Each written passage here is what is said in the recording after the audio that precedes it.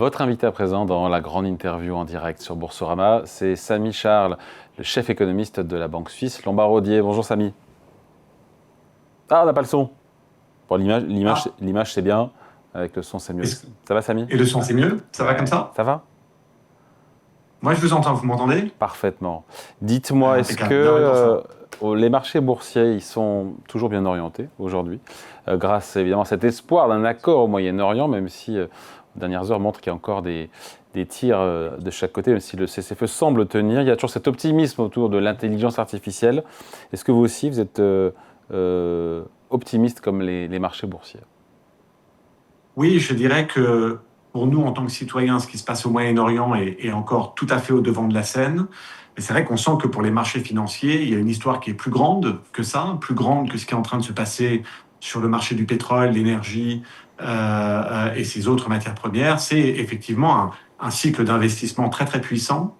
Et je dirais que c'est un peu plus large quand même que l'intelligence artificielle. C'est un thème qui regroupe tout ce qui offre une sécurité économique. Il y a de la défense, il y a de la technologie, il y a de l'énergie.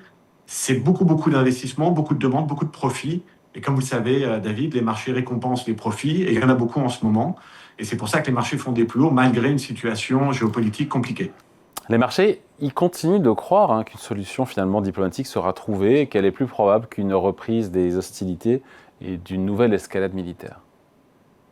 Oui, il y a quelques éléments sur lesquels s'ancrent les marchés. Déjà, sentiment, c'est que les marchés commencent à comprendre un petit peu le politique et Donald Trump. Il y a la saison des vacances pour les Américains, ce qu'on appelle la driving season. Donc, c'est là où les Américains prennent leur voiture pour faire un peu du pays. Évidemment, les conducteurs américains ne sont pas ravis d'avoir un prix du gallon à 5 dollars ou 6 dollars. Ça, c'est un élément de pression sur l'administration américaine. Il y a bien sûr la perspective des élections de mi-mandat en novembre. Il y a des taux d'intérêt qui ont été augmentés aux États-Unis. Ça met aussi une pression sur l'administration américaine. Donc il y a le sentiment général qu'il n'y aura pas le cran de poursuivre cette tension et que donc il y a une désescalade qui va être amorcée et certainement un accord qui finira par être signé. C'est le scénario des marchés, il faut être franc. C'est également notre scénario aujourd'hui. On espère ne pas être invalidé dans notre hypothèse de travail.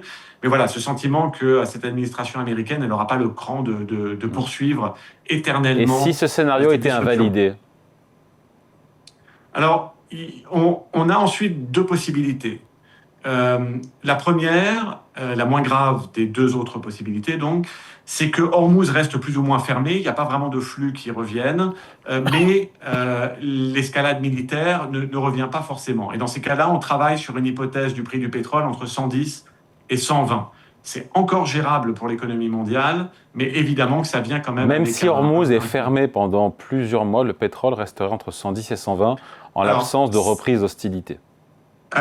Ça dépend comment il est fermé. Si effectivement il n'y a pas de destruction de capacité, mais qu'il y a cette disruption qui se maintient, que les Saoudiens font passer énormément de barils via Yanbu, donc vous savez c'est leur pipeline qui va de l'est en ouest, que les Émiratis font passer ça dans leur pipeline qui va du nord au sud des Émirats, et que évidemment les Iraniens font passer pas mal de flux à travers la terre vers la Chine, il y a la possibilité d'un prix du pétrole qui resterait élevé, mais qui probablement resterait aux alentours de 120. Pour aller à 150, par exemple, ce serait la deuxième possibilité, notre deuxième scénario si on venait à se tromper. Dans ces cas-là, il y a escalade militaire. Les Américains détruiraient des capacités de production en Iran, qui en réponse détruiraient des capacités de production dans le Golfe. Et là, très clairement, on verrait un prix du pétrole entre les 150 et les 200. Donc il y a une différence entre un scénario de blocage et de disruption qui perdure versus un scénario d'escalade militaire où là on aurait destruction de capacité. C'est quand même deux scénarios qu'il faut différencier parce que l'impact économique ne serait pas le même. Donc pour l'instant, avec un pétrole à 95 dollars, vous êtes à l'aise? Alors on sent qu'il y a un point de rupture qui est probablement autour de la mi-juillet. Si effectivement aucun accord n'est signé et que les flux ne reviennent pas au travers d'Ormuz, des flux plus conséquents, il faudrait qu'on puisse récupérer quand même une partie de ce qui a été perdu là. On sent qu'on va basculer dans ce scénario de conflit.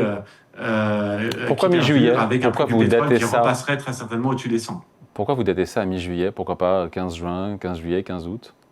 Oui, c'est vraiment une estimation très large, mais le sentiment, c'est que ce qui permet aujourd'hui au prix du pétrole de s'être maintenu autour des 100, voire parfois légèrement un peu plus, mais de ne pas avoir été, par exemple, autour des 200, c'est que on a une situation de stock initial qui était quand même très favorable. Il y avait en gros beaucoup de matières premières énergétiques, beaucoup de pétrole en réserve. On a utilisé ces réserves sont encore là, mais on sent qu'à partir de la mi-juillet, on atteindrait vraiment des points critiques qui permettraient plus qui forcément s'équilibrerait avec un prix beaucoup plus élevé. Et est-ce que c'est mi-juillet, un peu avant, un peu après? On sent que encore les containers sont encore pas complètement vides, mais on approcherait vraiment ce moment de grande rareté et des stocks bien plus bas à partir de la mi-juillet. Sur ces deux scénarios plus sombres, dans lequel on voit poindre la récession, qui changerait complètement la donne, hein, à la fois en matière Dans le économique. dernier, hein, on a fait toute une analyse pour essayer de comprendre quel serait à peu près le prix du pétrole qui entraînerait la contraction économique. Le sentiment, c'est que l'économie mondiale peut encaisser un prix du pétrole qui irait jusqu'à 120. Ça fait pas du bien. Je dis pas que c'est bien. Je dis pas que ça aura pas d'impact. Mais enfin, on aurait une croissance un peu plus faible. On aurait un peu plus d'inflation. Mais on resterait quand même dans quelque chose qui ne serait pas caractérisé comme étant une récession. Il faudrait vraiment aller à un prix du pétrole à 140, 150 pour parler de contraction économique et de vraie stagflation avec une inflation au-dessus de 5, un chômage aux États-Unis au-dessus de 5, et évidemment en Europe bien au-delà, et très certainement des niveaux de croissance qui flirteraient avec la contraction. Dans ce contexte, Goldman Sachs sort hier une nouvelle prévision sur le Standard & Poor's 500 en fin d'année à 8000 points. On est à 7005 ou 7006 au moment où on se parle.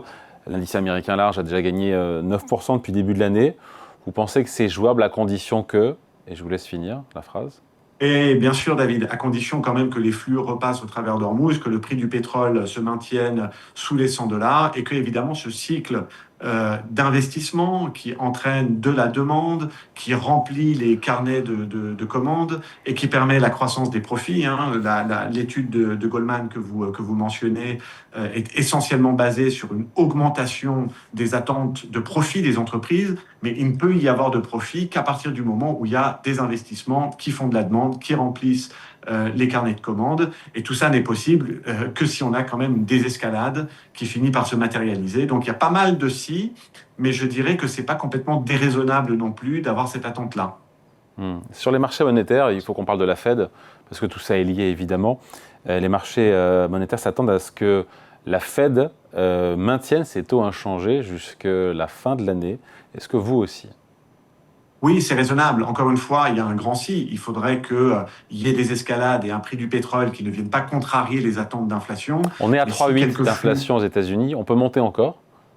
Alors, on est à 3,8 sur la partie globale. Si on regarde la partie sous-jacente, hein, qui enlève la partie énergétique, qui est évidemment très volatile, on est quand même sous les 3. C'est d'ailleurs le chiffre du jour. Hein, on va avoir l'indice des prix à la consommation un peu plus tard dans l'après-midi. Et ce qu'on va regarder, bien sûr, c'est tout ce qui est hors énergie pour voir quelle est la tendance de fond. Et quand même, la tendance de fond me semble raisonnable au niveau de l'inflation. On n'a pas un effet demande très marqué. On n'a pas des salaires qui partent à la hausse. On n'a pas une inflation des services qui mettrait en difficulté que ce soit la Banque centrale européenne ou évidemment la Réserve fédérale américaine. Donc, se dire que ces banques centrales-là peuvent maintenir les taux en l'état, notamment l'américaine, ça me paraît assez raisonnable. Ouais, sachant que les baisses de taux aux États-Unis, c'est terminé. Hein. Oui, à ce stade, il va falloir digérer d'abord ce qui s'est passé au niveau énergétique. Ce sera très difficile de baisser les taux, sachant qu'on a une inflation américaine sous-jacente ou globale qui sera quand même au-dessus de 2,5 sur l'année. Il va falloir attendre que cette inflation ou ces différents indices d'inflation repassent plus proche des 2%, et ça c'est probablement plus une histoire pour 2027. Mais surtout, on a un marché de l'emploi qui tient aux États-Unis. Mais il y a tout qui tient, à part l'inflation, qui tient aux États-Unis. C'est vrai, David. C'est vrai, David. Et donc, pas tellement de raisons finalement de baisser les taux. Et c'est pour ça que c'est assez raisonnable de penser que cette Banque centrale américaine va rester à ces niveaux-là. On peut imaginer une erreur de pilotage monétaire aux États-Unis, puis après on parlera de la BCE, mais sur les États-Unis, avec l'arrivée de Kevin Warsh à la tête de la Fed. Alors, c'est difficile de l'imaginer. Parce qu'il promet la révolution quand même dans son pilotage, pour le coup, monétaire en termes de communication, en termes de bilan de la Fed. Pas mal de ruptures à attendre potentiellement. Oui, vous avez raison, David. Alors, il faut comprendre comment fonctionne la Réserve fédérale américaine. C'est pas l'Union européenne, hein. C'est un conseil de gouvernance qui travaille à la majorité, pas à l'unanimité, comme c'est parfois le cas dans les institutions européennes. Donc, si vous êtes Warsh aujourd'hui, vous êtes un petit peu coincé entre Donald Trump, qui vous dit une certaine chose et qui vous a nommé là, avec un mandat très clair, et vous êtes coincé entre lui et quelque part les 11 autres membres du FOMC, du comité qui pilote les décisions de politique monétaire aux États-Unis, avec 11 autres membres qui sont plutôt des membres intègres, spécialistes de politique monétaire, qui vont pas vous laisser faire n'importe quoi, et chaque membre a une voix. Si vous êtes à 6 partout, hein, dans ces 12 personnalités, c'est la voix du directeur, donc de Warsh, qui ferait bousculer la balance. Mais enfin, vous avez donc 11 membres à convaincre qu'il faut soit baisser les taux, soit les monter, soit les maintenir. Et donc Warsh, il ne va pas pouvoir faire sa révolution par lui-même, il va devoir convaincre 11 autres spécialistes de la politique monétaire qui vont certainement pas lui faire de cadeaux, parce que vous savez que Warsh a énormément critiqué le fonctionnement de la Réserve fédérale monétaire ces 10-15 dernières années, et que donc les membres, hein, vont probablement vont faire payer leur voix très très cher. Un petit mot avant de se quitter, Samy, sur l'Europe, sur la BCE. Isabelle Schnabel, qui est donc membre du directoire de la BCE, à la Reuters, elle disait il y a quelques heures, aujourd'hui je pense qu'une hausse des taux en juin sera nécessaire. On n'est pas surpris de la teneur de ses propos, puisqu'elle fait partie des faucons.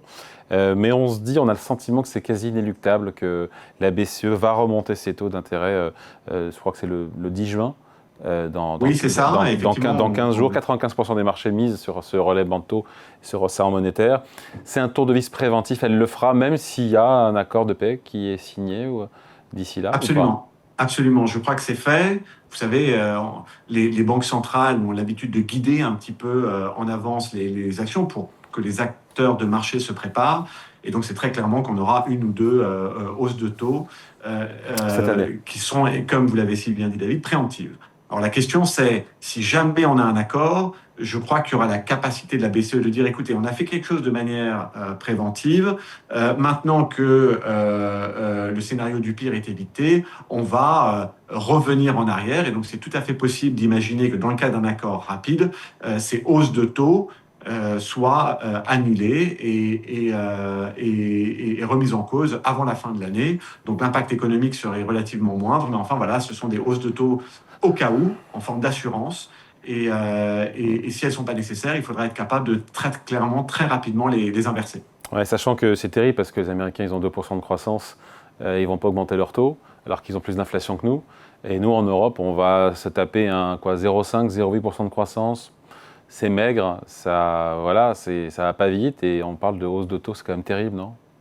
C'est assez difficile, oui. Pour un économiste, c'est vrai que généralement, on aime imaginer une banque centrale qui monte les taux parce qu'il y a une demande qui est très forte, trop forte, en surchauffe et qu'il faut freiner. Je vous rappelle qu'en 2022, le taux de croissance post-Covid était de 6,3, puis en 2023 de 3,6. Donc il y avait vraiment une très très forte croissance post-Covid. Aujourd'hui, on est entre 0,5, 0,8, légèrement au-dessus. Donc il n'y a pas cette forte demande qu'il faut freiner. Ça paraît vraiment être des hausses de taux pour dire, parce que l'inflation est entre 2,5 et 3. Et donc il faut faire quelque chose. Voilà, ce sentiment qu'il faut faire quelque chose, malgré une demande assez stagnante.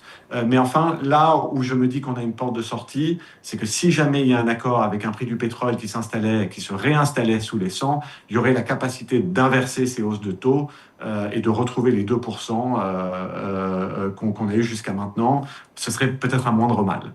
Allez, merci beaucoup. Entretien donc avec Samy Char, le chef économiste de la banque suisse Lombard Odier. Merci Samy, à bientôt, bonne journée. Bientôt David.